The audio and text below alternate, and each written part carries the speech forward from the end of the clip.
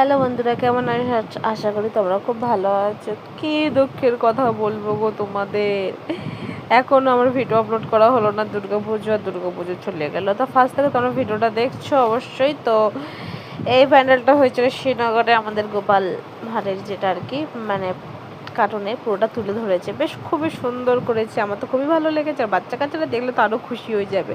তো গোপাল দাদুকে তো চিনতেই পারছো তোমরা।